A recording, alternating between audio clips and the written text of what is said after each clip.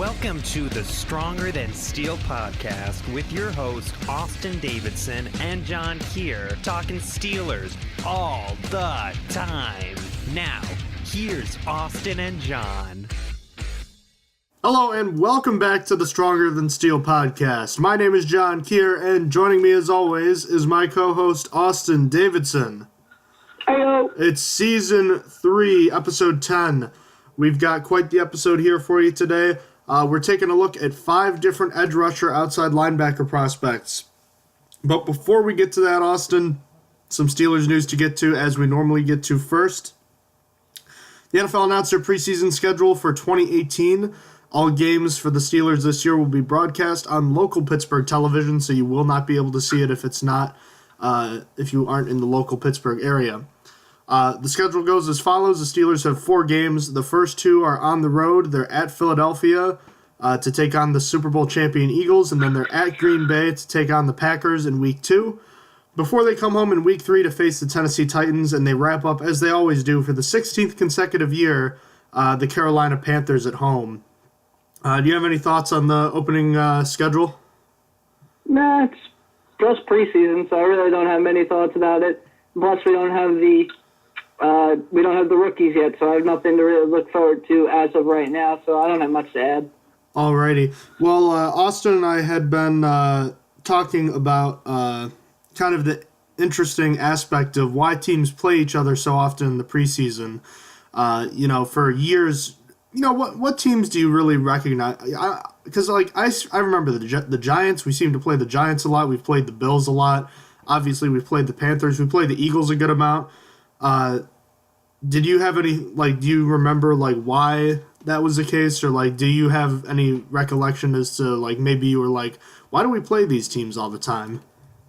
I had no idea, actually, until you told me. Yeah. Well, it's quite interesting, actually. It does make sense. The NFL tries to have teams play each other in the preseason that won't play in the regular season. That's sometimes unavoidable, but for that reason, you usually end up playing 3 interconference games. The Steelers are doing that this year with the Eagles, Packers, and Panthers. Just one opponent, the Tennessee Titans, who they won't be facing this year, I believe. Yeah, that sounds right. Because the Steelers will be playing the AFC West this year. So the Steelers won't be playing the Titans in the regular season.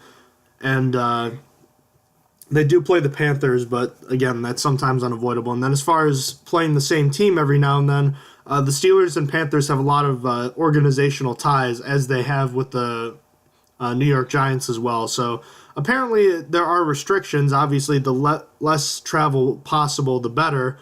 But usually the way it's set up for preseason games is that teams usually have more freedom to create their own schedule. All right, so beyond that, just some more good news on the Ryan Shazier front. We haven't had much to talk about in the recent months. But in a report from ESPN, it sounds like he's doing a lot better. He was actually present at PPG Paints Arena in Pittsburgh for the Penguins Game 1 against the Philadelphia Flyers on Wednesday night. He was actually standing and leading a cheer for their local NHL team. He wasn't being aided either, so that's just more good news on that front, so very happy to see that for him. Do you have anything else you wanted to add? No, not really. I mean, he was also seen standing at Ohio State, his alma mater, just by himself also, if the Pittsburgh Penguins, seeing him there wasn't enough for you. So, I mean, he's up and well, and he said himself that he's been doing better. He's gotten way better since December, and so on. So that's all I really have to add. He was an honorary team captain for the spring game. I think the other one was Malcolm Jenkins, I believe, was the other player, if I'm not mistaken. So good for them, obviously. And I'm glad to hear that he's doing well. Austin, there's been a lot of different number changes going on with the Steelers, and you want to just talk a little bit about that because you know more about it than I do. Yeah, so Mike Hilton is changing his number to 28. Going back to the number he wore at Ole Miss part of the time, he actually wore 38 sometimes at Ole Miss, and and the same as his high school days, he wore 28 all throughout high school when he was a running back. But Stephen Ridley is also taking 22 following William Gay's release. Cameron Sutton is changing to number 20 from number 34. And not a change, but Morgan Burnett has officially announced his number to be number 42.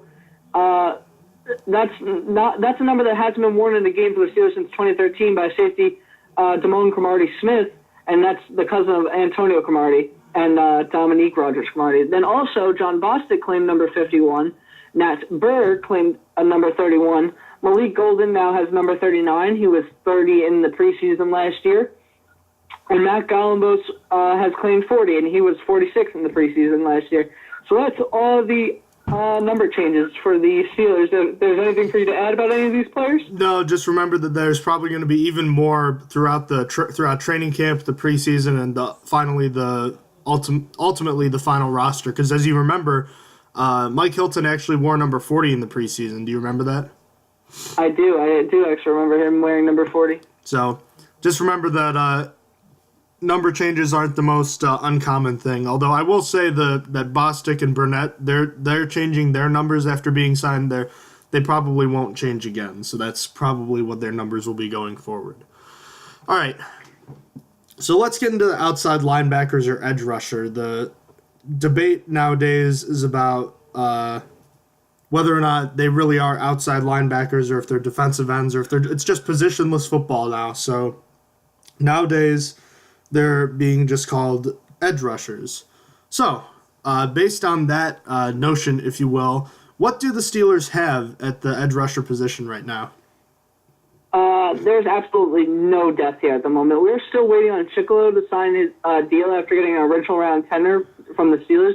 But as of right now, the Steelers only have 4 outside linebackers on the roster and tendered, 2 of which have never played in an NFL game. Those 2 would be Keon Adams and Darnell Leslie.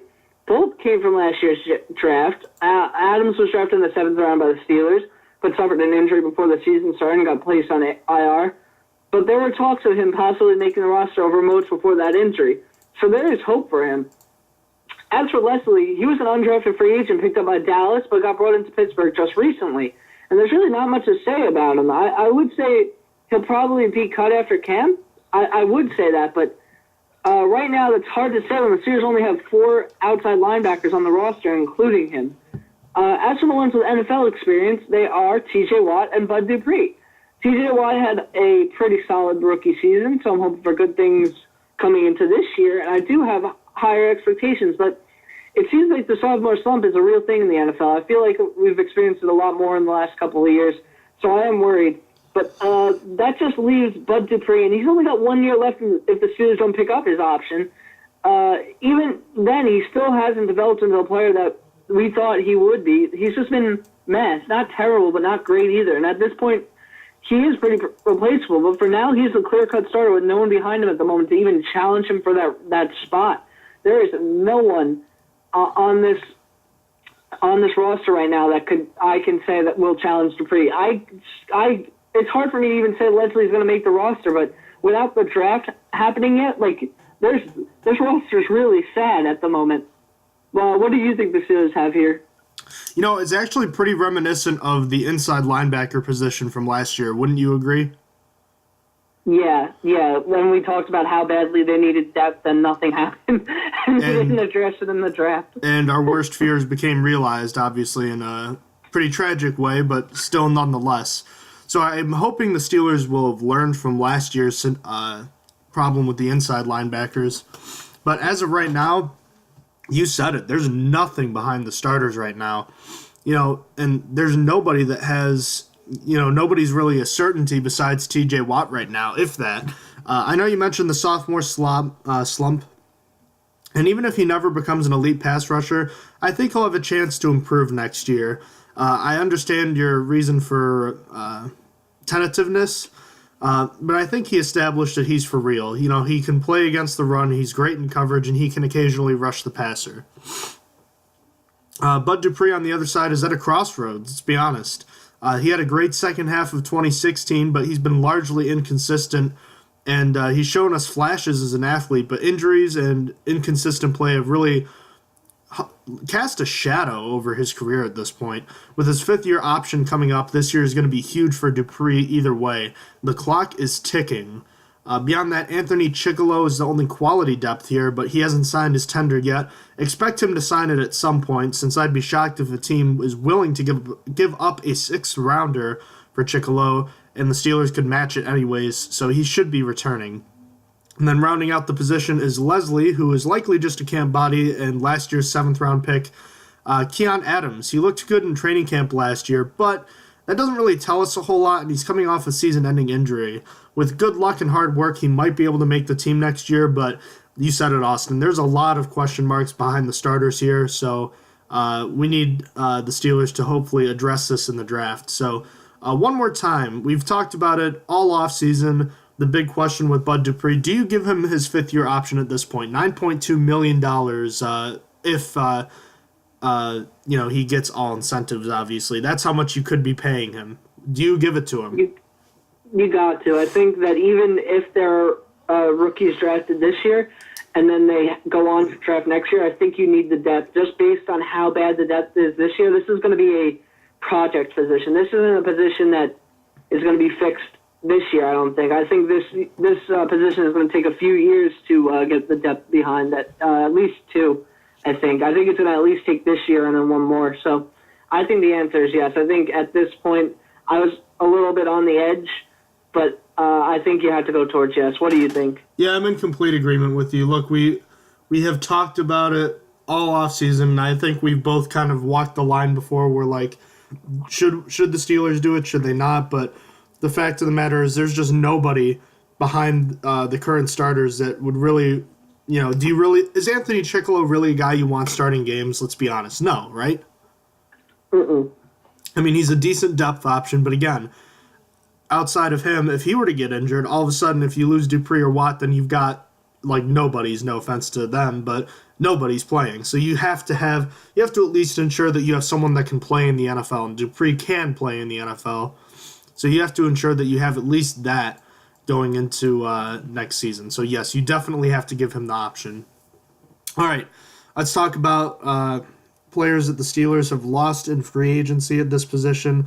All right, so we already talked about Chickillo. He got tendered $1.9 million. That's a 6th-round tender on March 13th.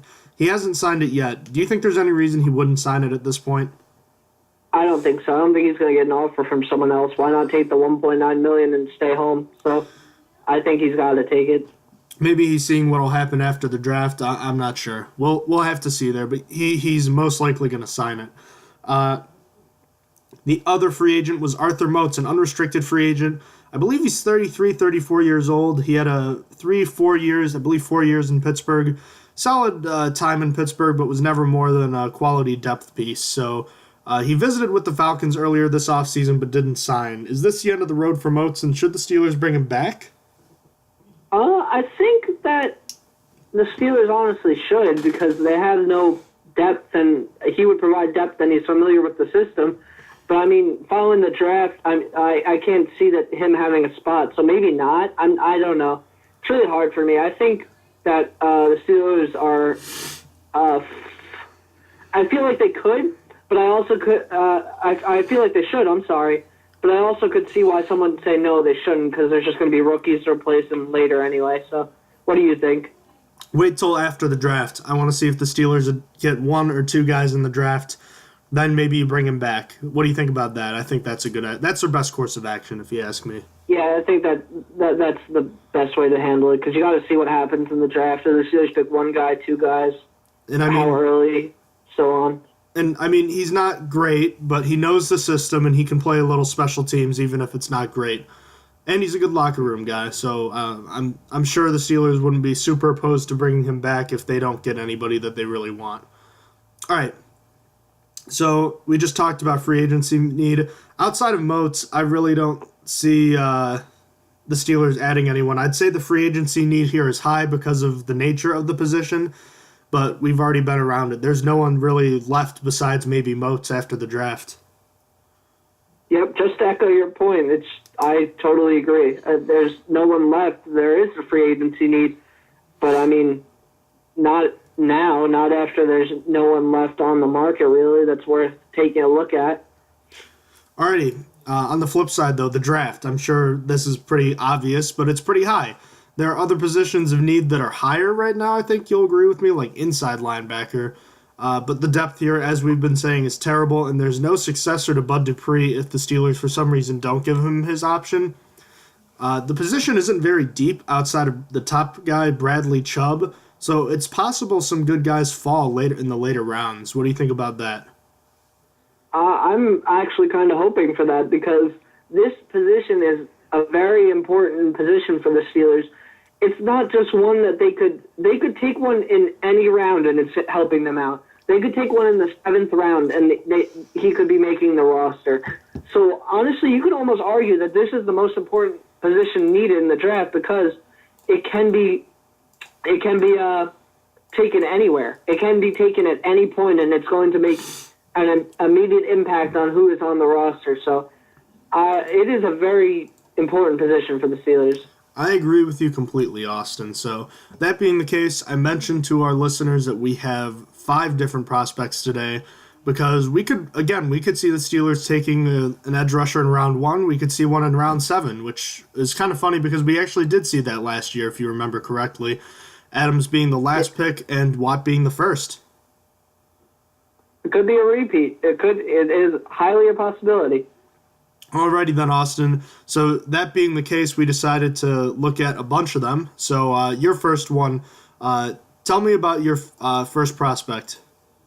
Well, my first prospect is already controversial because I found out after doing it that he plays both inside linebacker and outside linebacker, and is probably being drafted to be inside linebacker. So you guys get a bonus on inside linebacker because he can play both.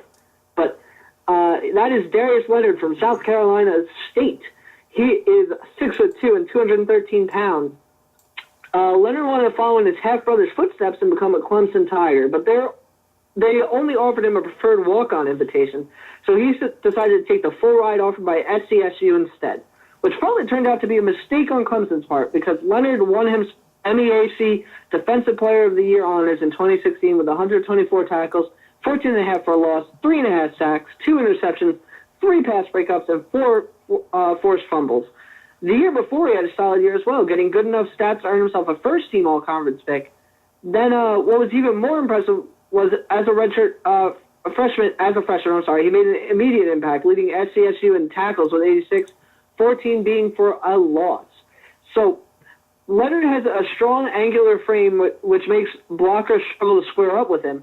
Then, while he's not the fastest, he has what I can best describe as reactive athleticism, using quick, darting shuffle steps to both mirror runners who cut from gap to gap, as well as stay away from blockers on the second level.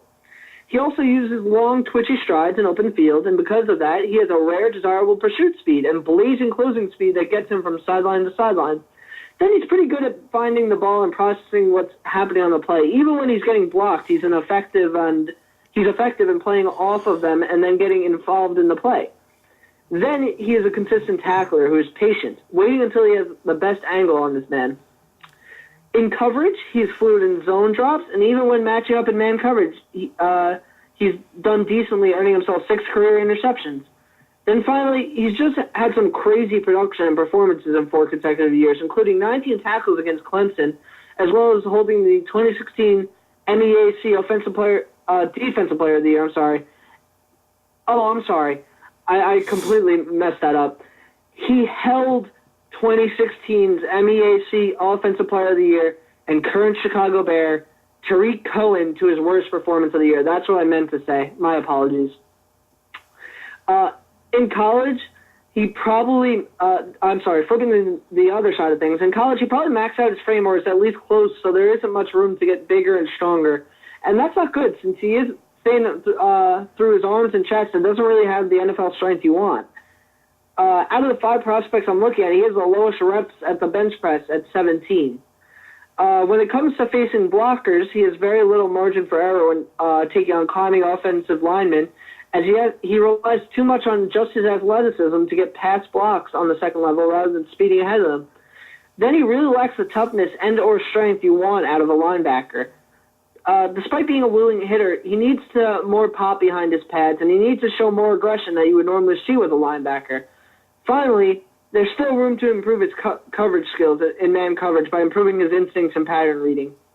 So, a scout from the AFC has described him as being a good worker and good learner, saying that he has a chance to be an absolute tank in the NFL. His abilities have earned him comparisons to current linebacker Wesley Woodyard, and I actually agree. I feel that comparison for him was actually a good one. It might be rough for Leonard in the NFL. His play strength is really holding him back, and the fact that he may not be able to add more is holding him back even further.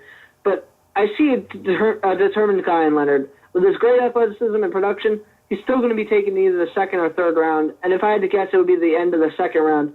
And because of his strength, he's probably going to be switching to inside linebacker instead.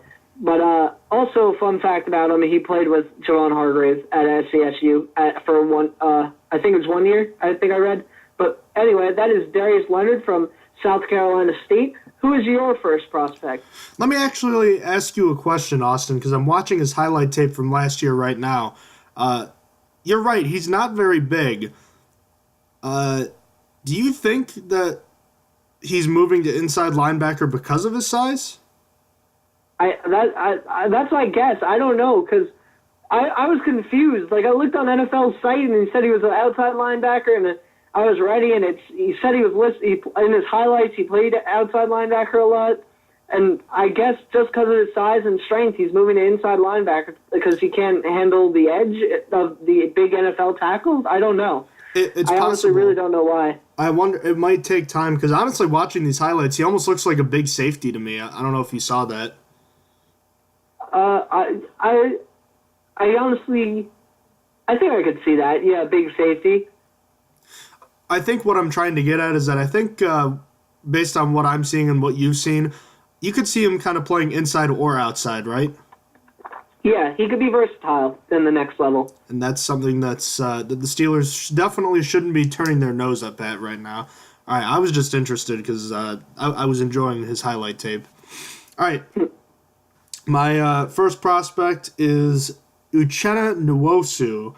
This is a fun one to pronounce, but from USC, the 6'3", 251-pound senior.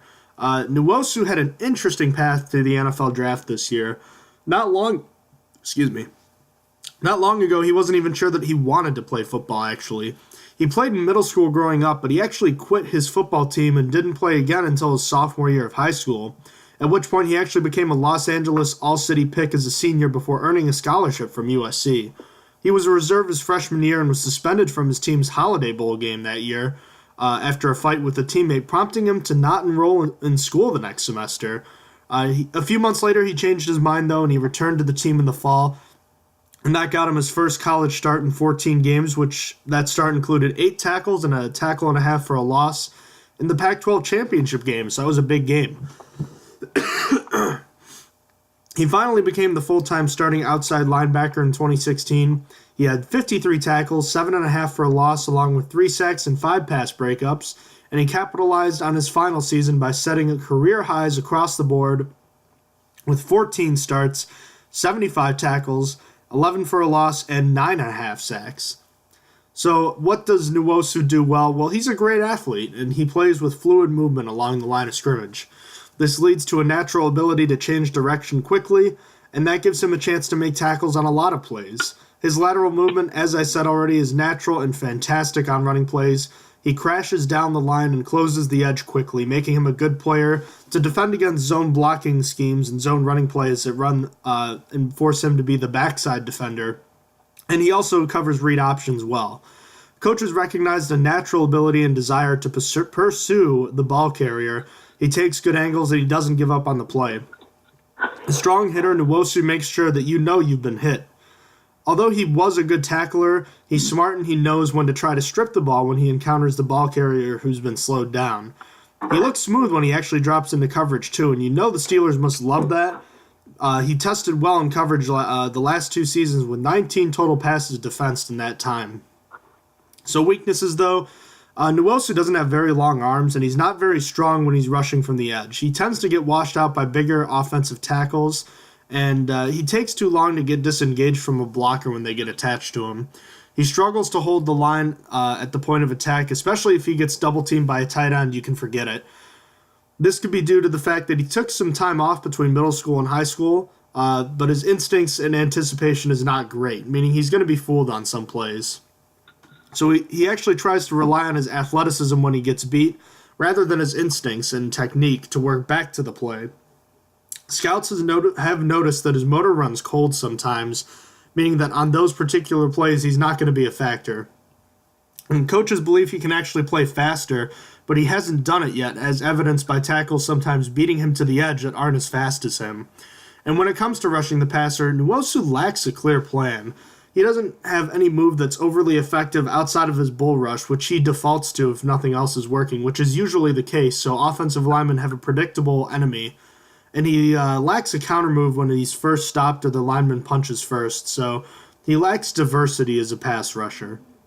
So bottom line, Nwosu is an athletic option at the edge position. He flashes speed and agility, and he has ability, but he lacks anticipation and instincts that you want from an edge rusher. But the fact is that could be because, again, he took some time off between middle school and high school. But right now, he probably just fits in as a designated pass rusher with an upside as an every down player with some coaching.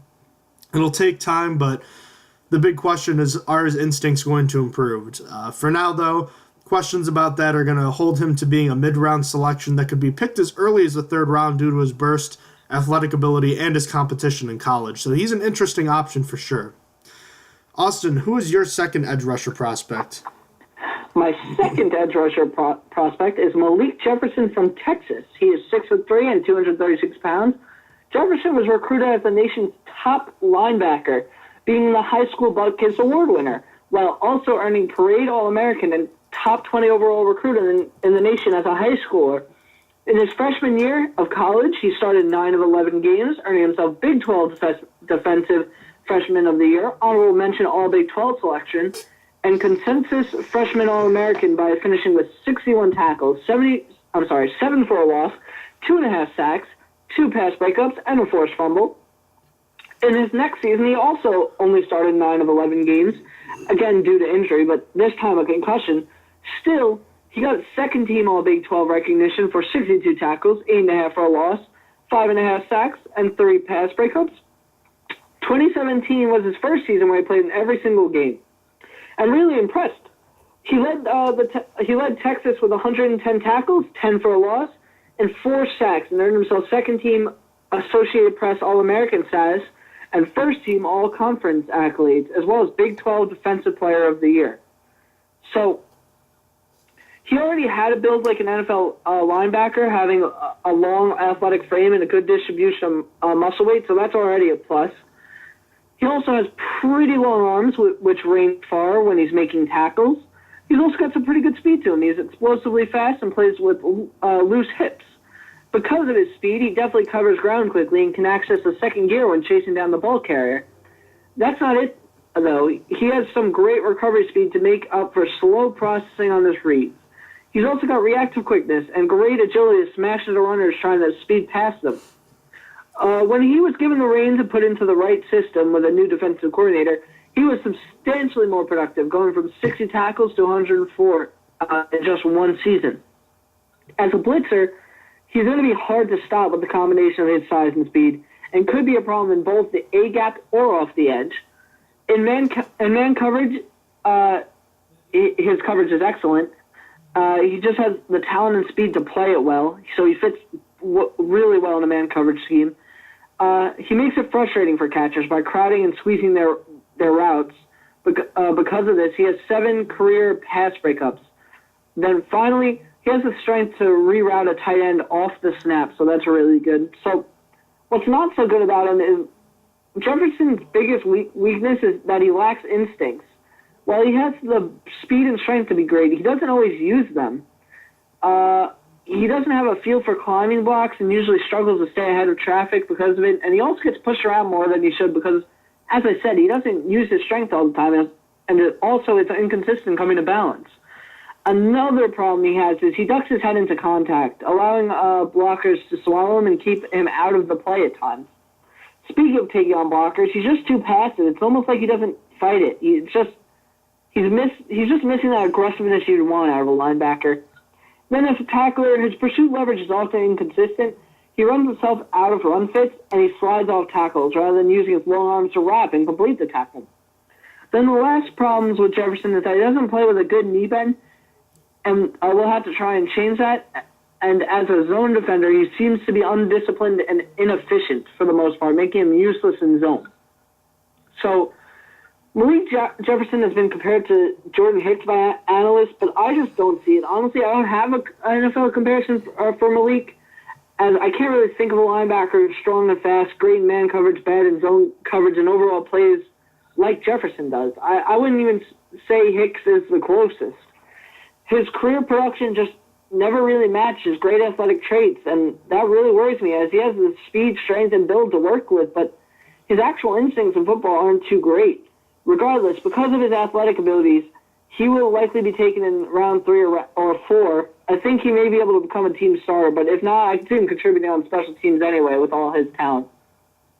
So that is my second prospect. That was Malik Jefferson out of Texas. He is 6'3" again. And who is your second prospect? My second prospect is Durance Armstrong out of the University of Kansas, Kansas University. Armstrong, the 6'4", 246-pound junior, committed to Kansas because he figured he'd get a lot of playing time early on in his career, and he was right. He played in all 12 games his freshman year and started the final 5 of the season. He burst onto the scene in his first start, collecting 2 of his 3.5 sacks that season against Oklahoma. His sophomore year, he emerged as a force on his defense, earning first-team All-Big 12 honors by picking up 10 sacks with 56 tackles, 20 for a loss, and 3 forced fumbles.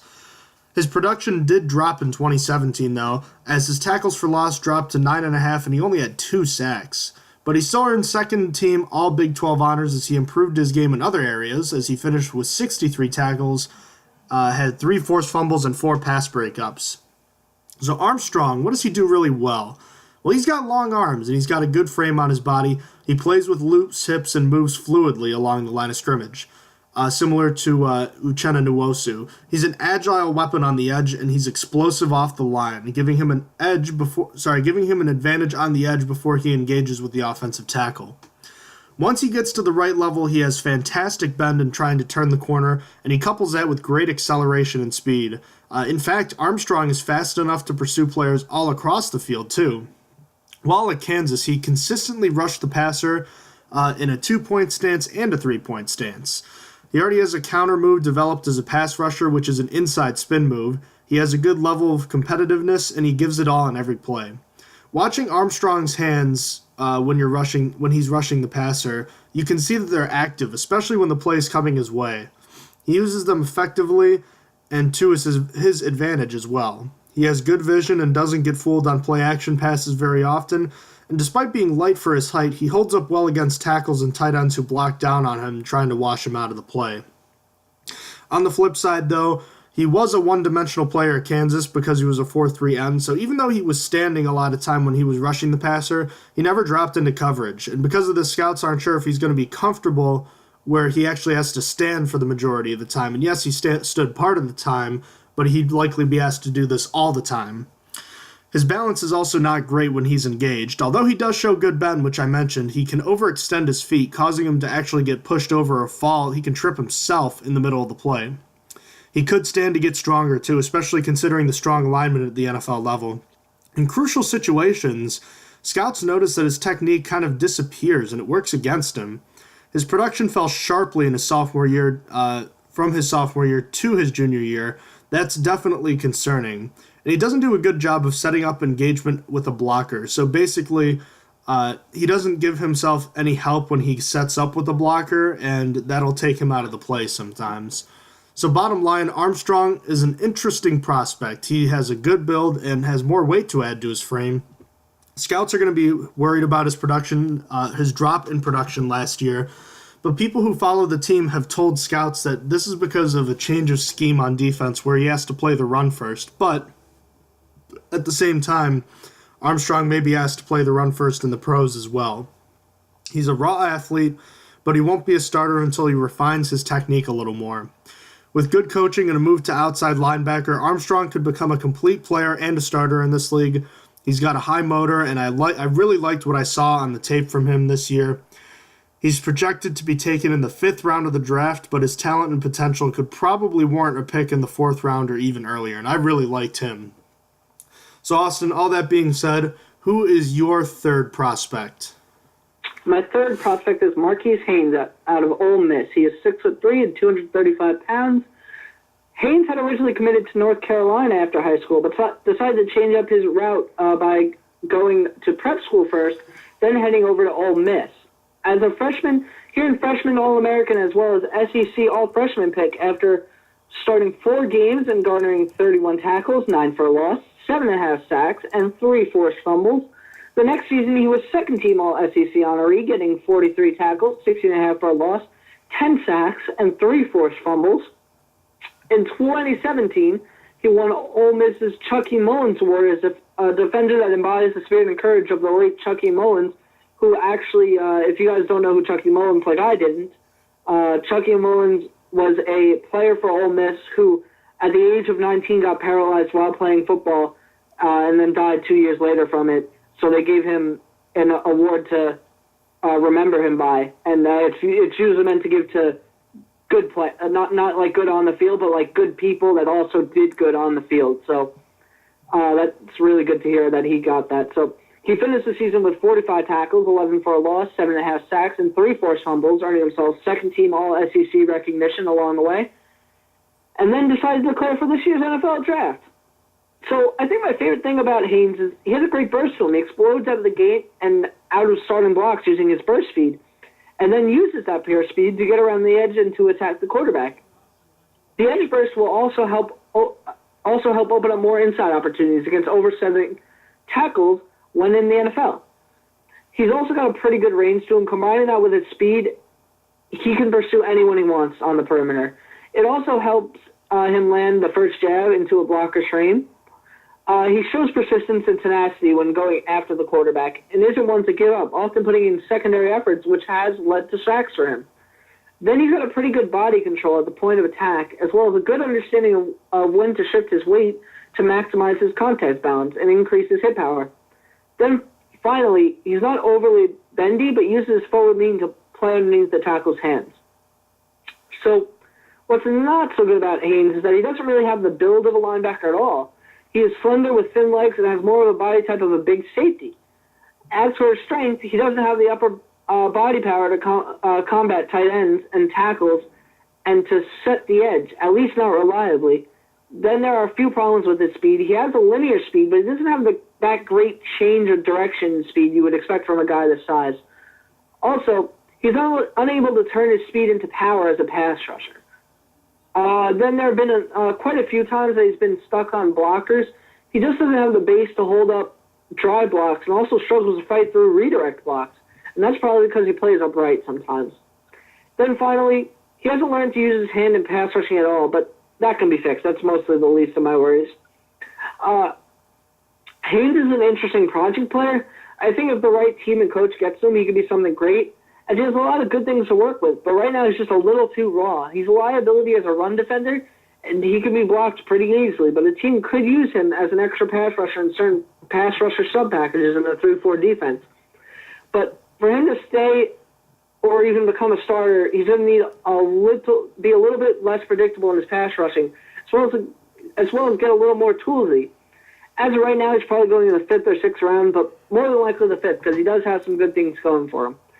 So that was Marquise Haynes out of Ole Miss. Who is your third prospect? Well, Austin, my third prospect is Kimoko Toure from Rutgers University, the 6'4", 252-pound redshirt senior.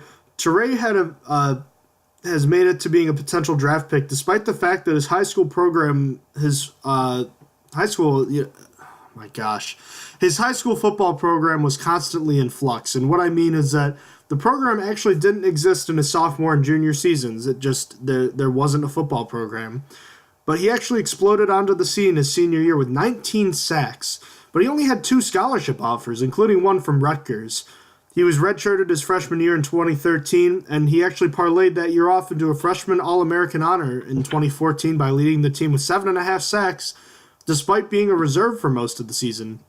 He also tied the FBS lead by blocking 3 kicks that year. His production tailed off in each of the next 2 seasons with a combined 4 sacks and 12 tackles with only 1 start in 2016. He was finally healthy in 2017, and it showed, though. as he returned to his freshman year numbers with the starting 9 out of 12 games, adding 65 tackles with 7 for a loss, and he had 4 sacks on the season. So what does Toure do well? He's an extremely explosive player, and he has a great build. His body weight is mostly muscle mass, so despite not being very heavy, he has great lateral acceleration and muscle to his game. He has the speed necessary to close down the backside on stretch running plays, and Toure shows a good closing burst to the ball carrier when the play breaks down. He's a great tackler. He rarely missed tackles in college because he has fantastic technique. A former long and triple jumper in high school, Toure uses that to his advantage by making fantastic highlight reel diving tackles at the line of scrimmage. He looks fluid and natural when running in space, and he drops into coverage well, and he's aware and knowledgeable of his responsibilities in coverage. He spent a lot of time watching the quarterback's eyes in coverage too, so he'd fit in well with the defense that's asking him to play zone coverage. He also shows ability as a pass rusher with an extra burst in the middle of the play. Although he didn't put up elite sack numbers, coaches say he has a lot more to give as a pass rusher too, a lot more to improve on as a pass rusher too, so he can only get better. His weaknesses, though, Toure's hip movement does not look natural right now. It really deters from what he does well as a pass rusher. His worst problem stems from the fact that he doesn't bend or dip correctly when he's rushing on the edge. This makes it easier for tackles to wash him out of the play or set up against him. His balance isn't great either, so he'll fall down too often. He'll get pushed over by tackles. So he'll have to restart his rush a lot of times, which oftentimes, if you have to restart your rush, oftentimes the play's over. He also struggles when facing blocks at an angle. He'll get washed down if the zone run comes his way, and shoulder injuries ravaged his sophomore and junior season, so that's something that's got to be concerning. So bottom line, Kemoko Toure is an explosive edge defender with attributes that are desired in edge rushers, but not being able to play in over half of his years in high school and injuries in college set him back a bit. He needs to continue developing as a pass rusher before he becomes a reliable and consistent option on the edge. He flashed at the Senior Bowl, and that gave him a chance to go perhaps before the third day of the draft. It's likely he goes in the middle round, so keep your eye out for him on the second day of the draft. Austin, who is your fourth edge rusher prospect? All right, my fourth prospect, I'm going to get this right.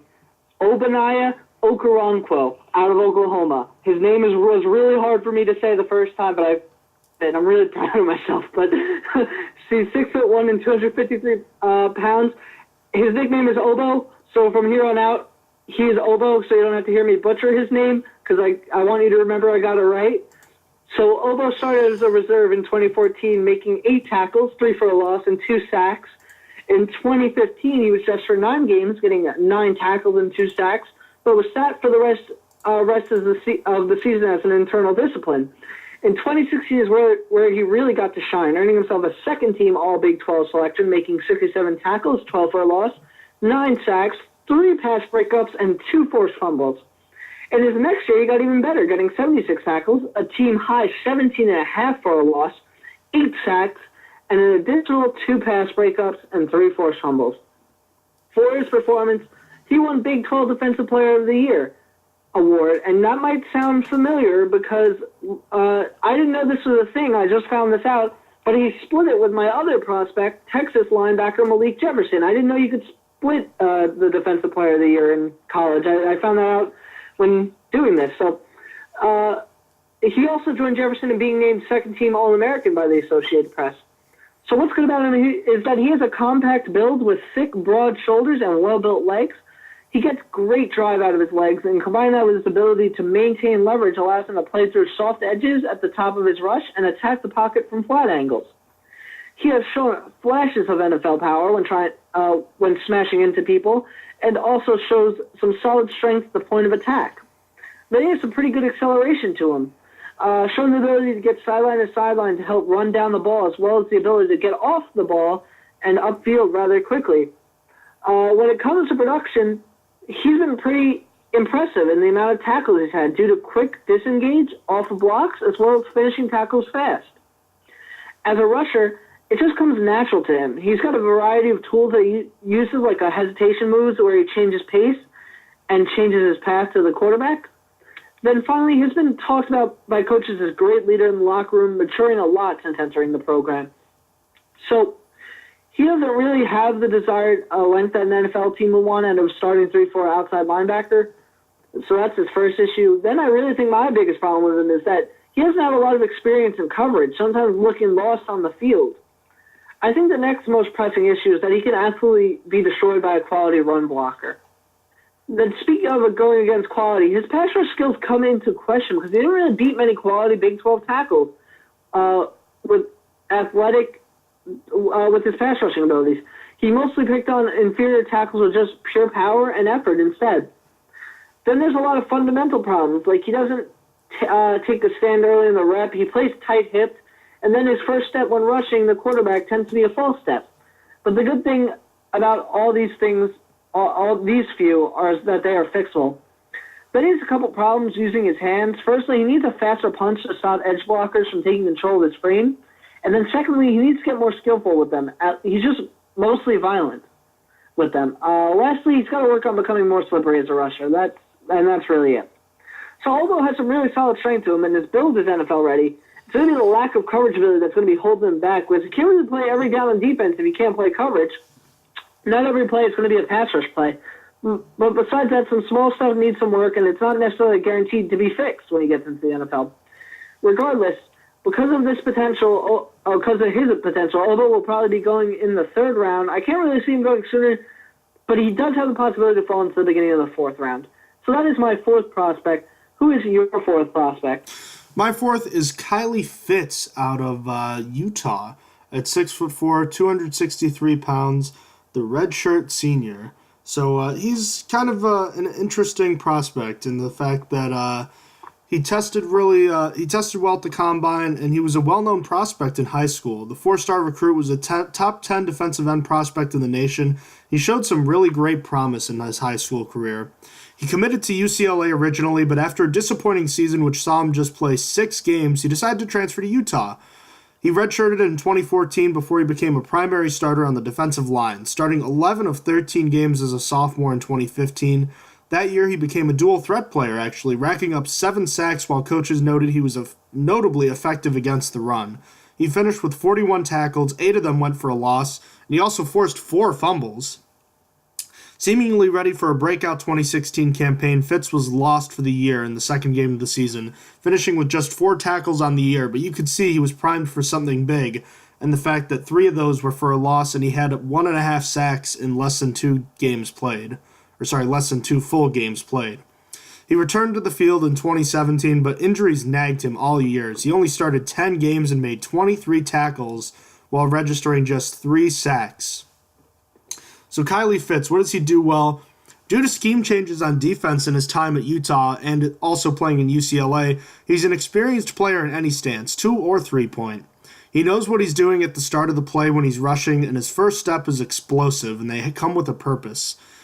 He gives himself a lot of chances to convert sacks because he has active hands at the point of attack, ripping and punching the offensive lineman's hands away from him. He's developed a punch and rip move when he's on the edge, which is surprising considering how many college games he's missed due to injury. His ankles can tolerate ridiculous bending, meaning he can pivot and corner really easy without a lot of effort. So he can change direction quickly too. That makes him a good weapon against mobile quarterbacks and misdirection runs. Even if he gets fooled, he has the agility to make up for lost time. Long limbs are a plus here as he plays with good pursuit too. He has some limited experience dropping into coverage too. The problem with Fitz, though, obviously his long-term durability is a huge question mark. We don't need a reminder of how that can go. See Senquez Golson. He didn't play much at all during the 2016 season, and he can be slowed down dramatically if a blocker can get a good grip on him. The battle's over when that happens, and despite being over 260 pounds, he struggles with power, and bigger linemen overwhelmed him in college, actually, so it could only get worse in the NFL if he doesn't get stronger. He wasn't consistent in setting the edge either. Fitz was routinely pushed out of his run set. We've seen this far too often as Steelers fans. He doesn't convert his speed to power effectively, which I know you've mentioned with a couple of your prospects, Austin, so that was interesting to see. This can be seen in Fitz when he has inside stunts where he builds up speed running to the interior of the line, but then gets immediately wiped out by an interior lineman.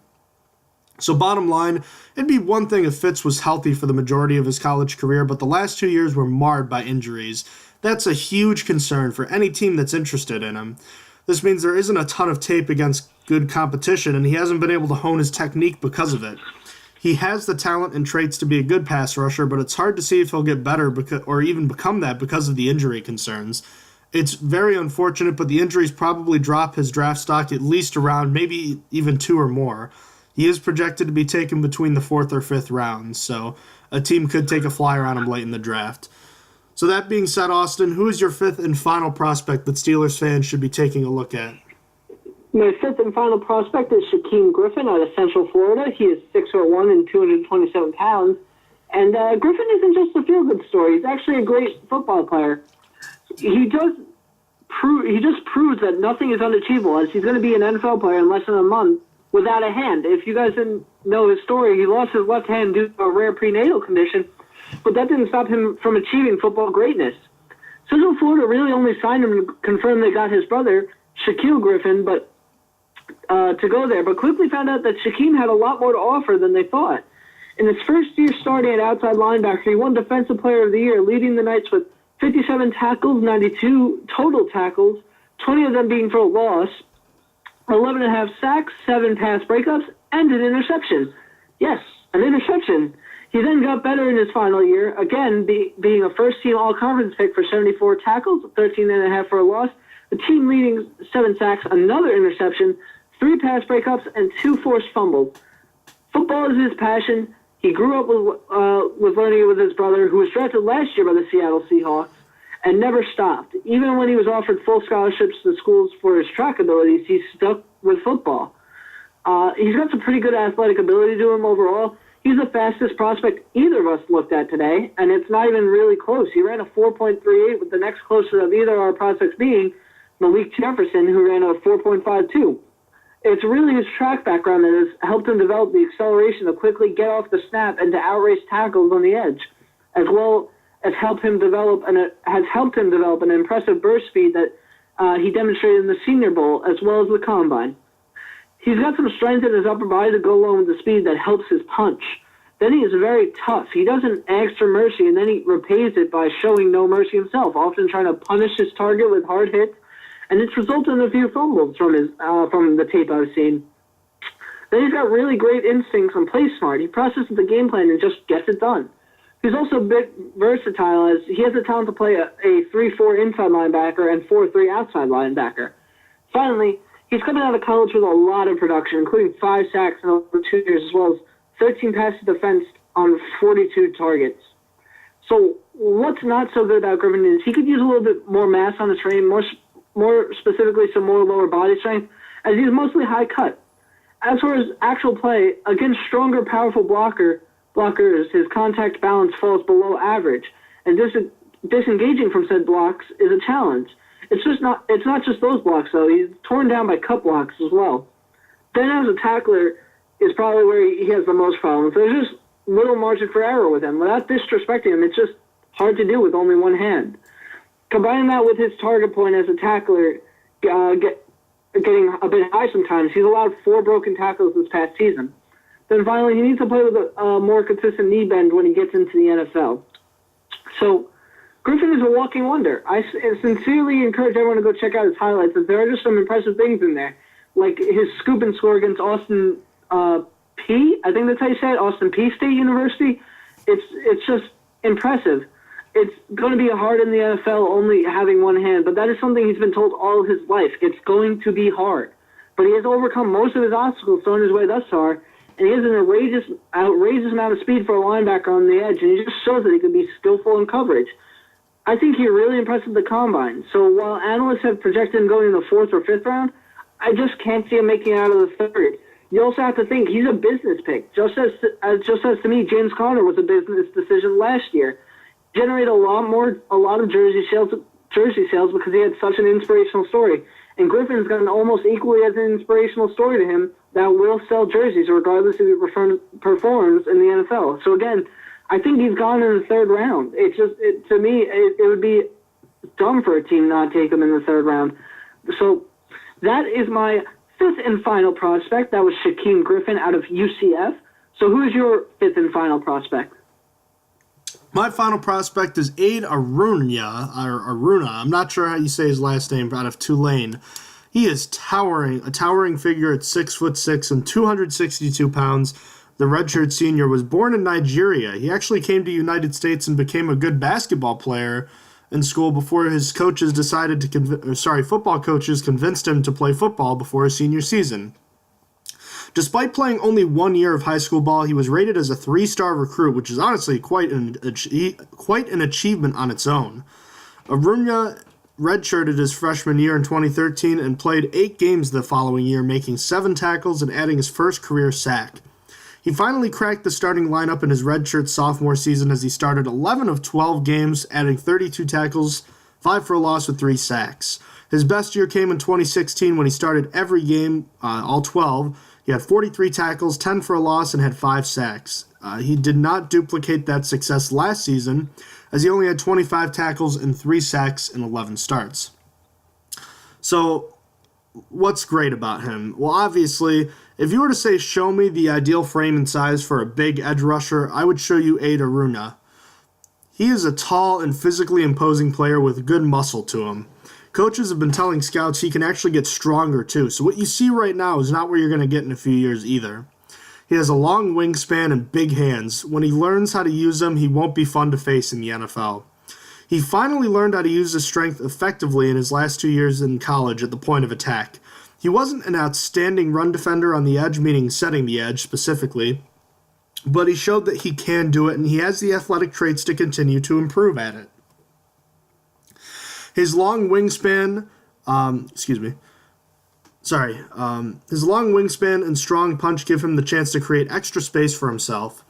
Due to the hybrid scheme at Tulane, Aruna was technically both a defensive end in a 4-3 system and an outside linebacker in a 3-4. His long strides give him an advantage to close down the backside of a running play quickly. And he showed some good bend and great pursuit on quarterbacks running bootlegs too. On the flip side though, Aruna's height makes it harder for him to win leverage battles as often as you would like. This causes him to lose one-on-one battles with offensive tackles, and that's something that can be improved upon, but it's going to take time, and it's tough. Lower body is not where it needs to be as far as his strength goes yet. He needs to spend more time in the weight room, and despite his lateral quickness, which I touched on earlier, he's going to allow blockers to get across his face sometimes, which is something you really don't want to see. Similar to Kylie Fitz, he doesn't convert his speed to power successfully. And although he has strong hands, they aren't correctly utilized at this time, and it doesn't overcome his play strength issues right now.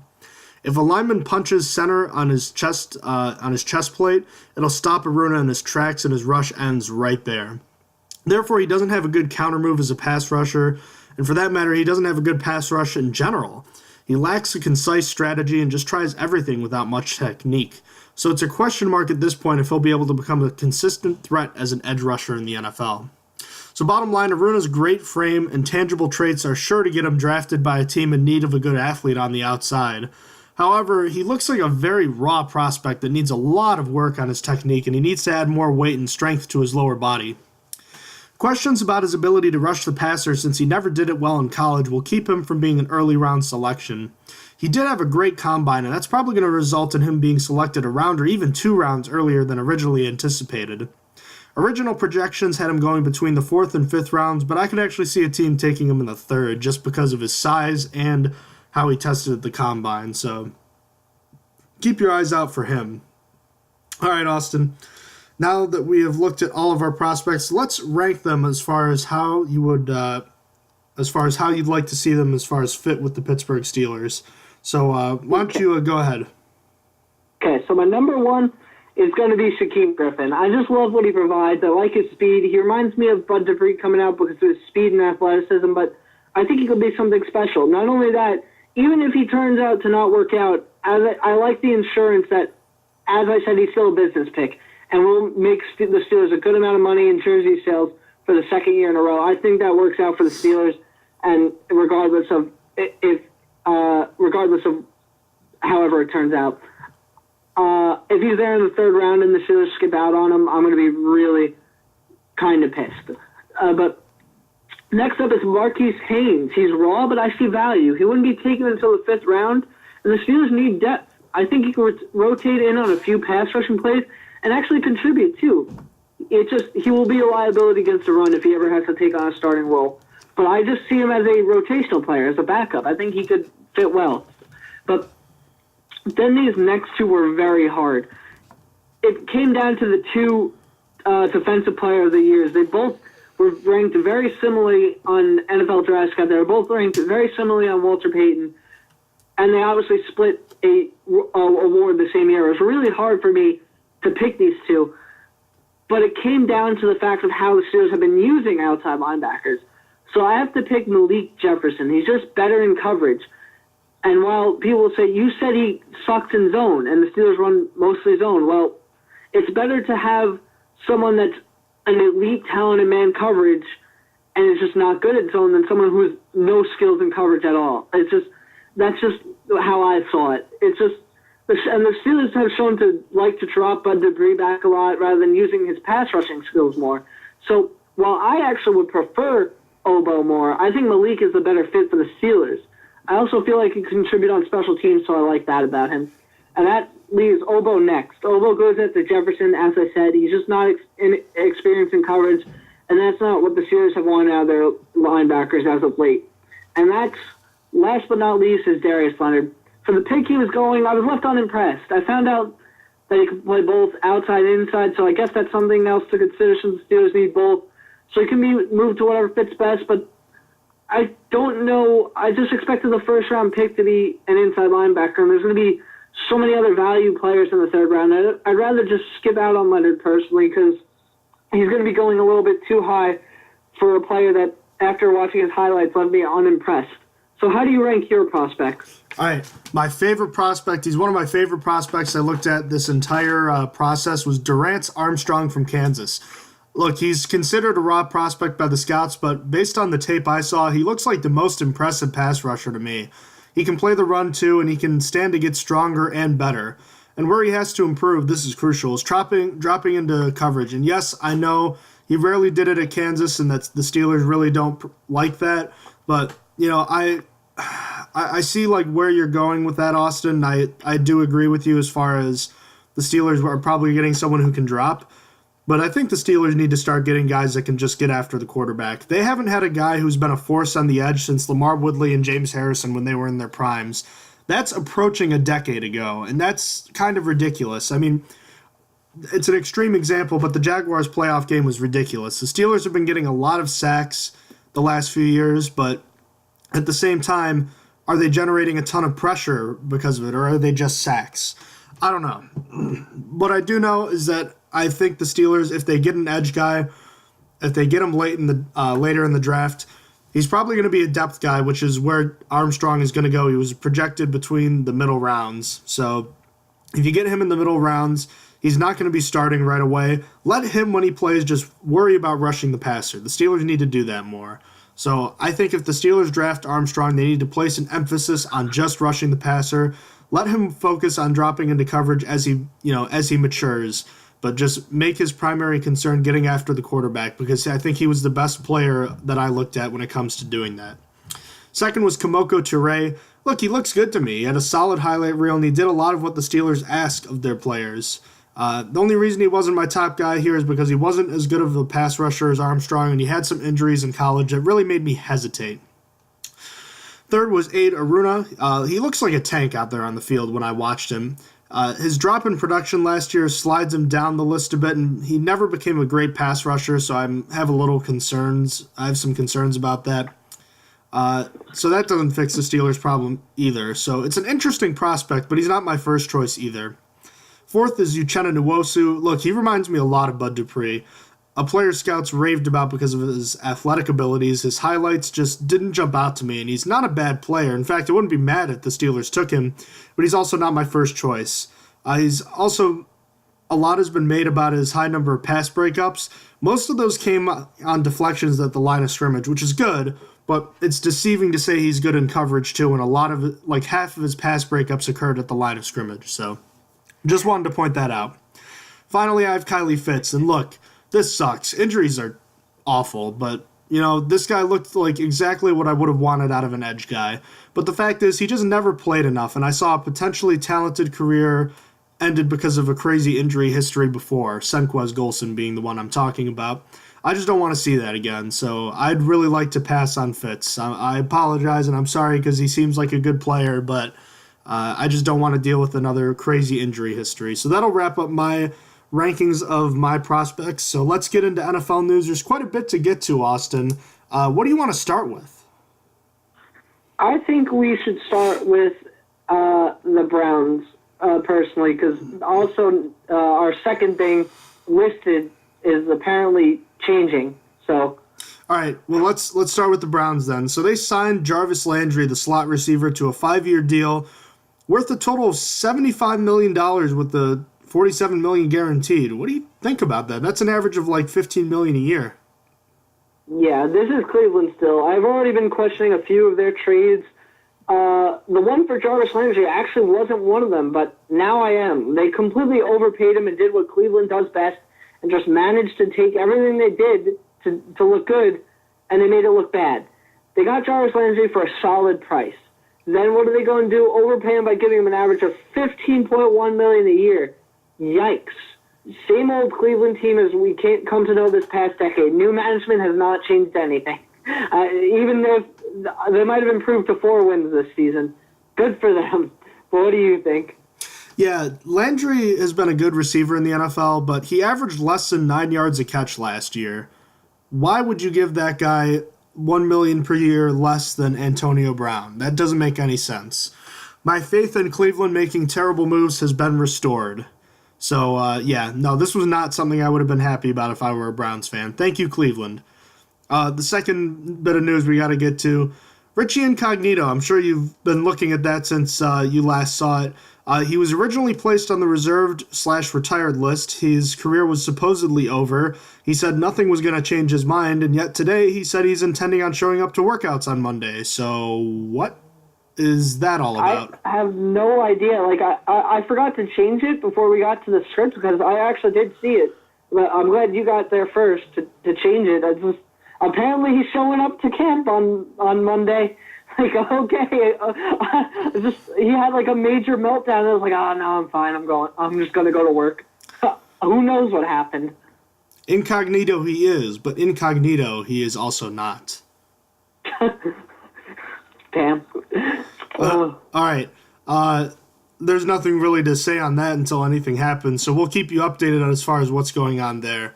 49ers linebacker Reuben Foster charged with 3 felonies back in February, including domestic violence. So he's now having a hearing for that. If he is convicted on all charges, he could actually spend up to 11 years in prison. Did you see the details of what he reportedly or allegedly did, Austin? I heard he did something to his girlfriend or wife, like physically. I can't remember exactly what, but do you care to explain if you know? What I remember is that he did something he really should not have done. He basically, like, he punched her. Like, he did that. He punched her a lot. He was dragging her by her hair, from what I remember. Just ridiculous. And if that is true, I'll be honest with you, then good riddance. He should spend that much, if not more, time in prison. It's sad on the fact that it would be another potential superstar talent going to waste for nothing, but that's just ridiculous behavior. I can't accept that at all. Just talent wasted. He was going to be a top 10 pick, then with injury history and then his personality. I think, if I remember correctly, this one I might be wrong on. I think he had something brought up against him when he was coming out of college, too, because he wasn't supposed to fall back all the way to the 31st pick in Correct. The draft, I think it was. You are right. Yeah, this isn't the first thing. Analysts talk about him as a top 10 pick and then just fell back. But regardless, this is going to be a wasted talent and just a scumbag doing scumbag things if he's convicted. It just deserves to be out of the league if he's convicted. If he's not, then good for him. He's still probably getting suspended, so. Yeah, for making the NFL look bad. Like Ezekiel Elliott got suspended for just making the NFL look bad. Yep. Ugh. A headache for sure. Another player who's a headache, but for different reasons, Dez Bryant, cut by the Dallas Cowboys. The Cowboys' all-time leader in touchdown receptions is now a free agent and rumored to be talking with NFC East teams. What do you make of the move and his career to this point and his chances with another team? Man, people just genuinely forget about the business part of football. I was talking about this with a Jets fan yesterday, and they said, I don't get why the Cowboys didn't just trade Dez instead of cutting him. And I had to sit there and explain that a team would have to give up something to take a $16.5 million cap hit for a not even top 30 wide receiver based on stats. But they still didn't concede and hit me back with, well, they could have still cut him halfway through the season if he was trash. That would have still been an $8 million cap hit, as the Cowboys now owe him $8 million for cutting him. Like, how soon everyone forgets that the Texans literally paid the Browns to take a huge cap hit from them by giving them a second-round pick to take Brock Osweiler. If I ran a team, you would have literally had to pay me to take Dez Bryant at this point in his career in a trade. I think he has a 100% chance to make a team, though. I'm sure he will take a discount to play in the NFC East, and if not, he'll eventually accept a contract when he realizes his value to other teams. Maybe even a team will overpay him because they see something, but I don't think he's worth it. I do think a team is going to take the chance, but regardless, he tweeted out something that kind of pissed me off. It was just, I thought he was so stupid, and a Twitter comment really messed him up on it. It's just, he said, if I didn't have my edge, I got it now. I'm sorry they got to feel me. It's personal. It's very personal.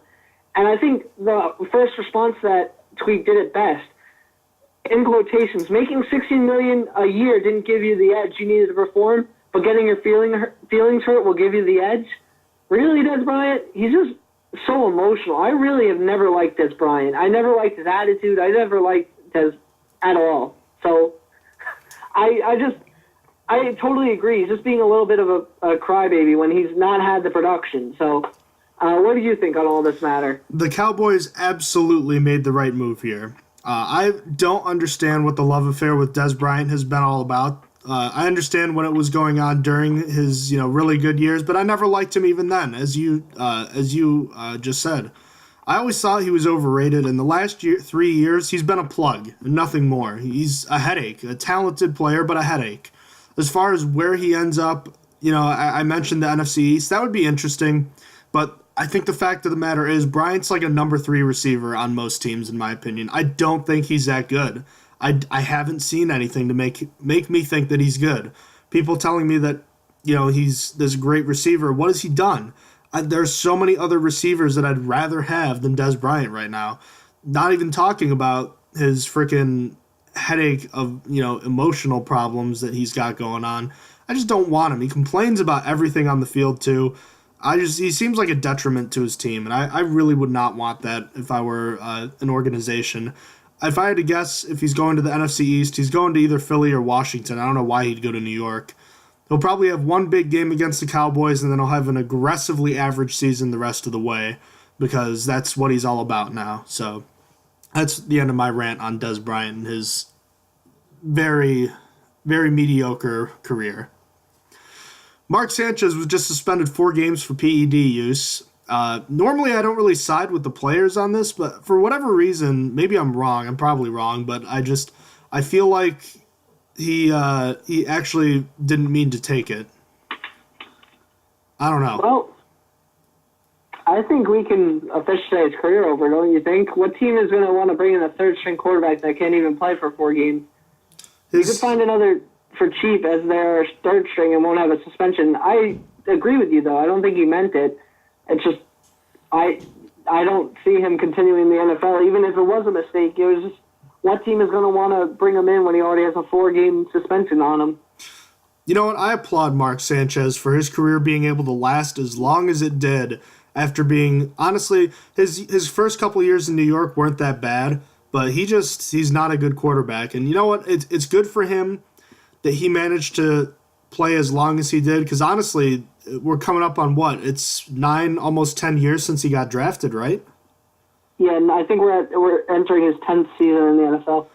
You know what? The fact that he's lasted this long, he deserves credit for that. I can't believe he's been around that long. I thought after that one stint in Philly, he'd be done, but he somehow managed to stick around longer somehow. So, Alrighty, and then one last little footnote here. Sebastian Janikowski, the longtime Raiders kicker, signed with the Seahawks. That makes sense because the Seahawks, for some reason, thought signing Blair Walsh last year would be a good idea, which it wasn't. Fun fact. So yeah, that's pretty much all that's going on right now. Anything else you wanted to add before we wrap things up tonight, Austin? No, I think we're good. Alrighty, ladies and gentlemen, thank you for joining us tonight. If you have any questions about the show or you want to ask us questions about the Steelers, email us at strongerthansteelpodcast@gmail.com. Check us out on Facebook at Stronger Than Steel Podcast. We're on Twitter at Stronger_Steel. We're on Instagram at Stronger_Steel_NFL. We post our episodes on SoundCloud, YouTube, and iTunes under the name Stronger Than Steel Podcast.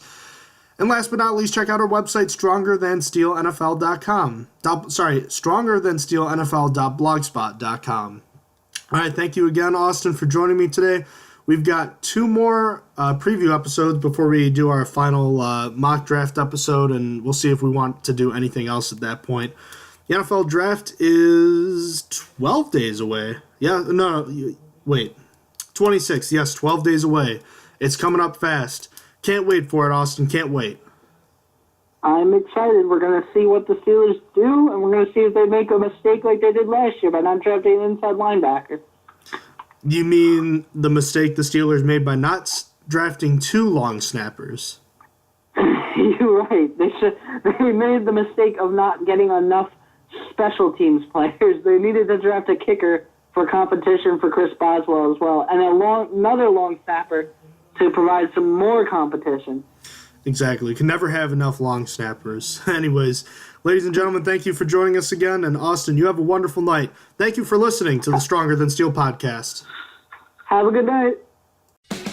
You have been listening to Stronger Than Steel podcast. Thank you for joining us today, and don't forget to check out our website listed in the description below.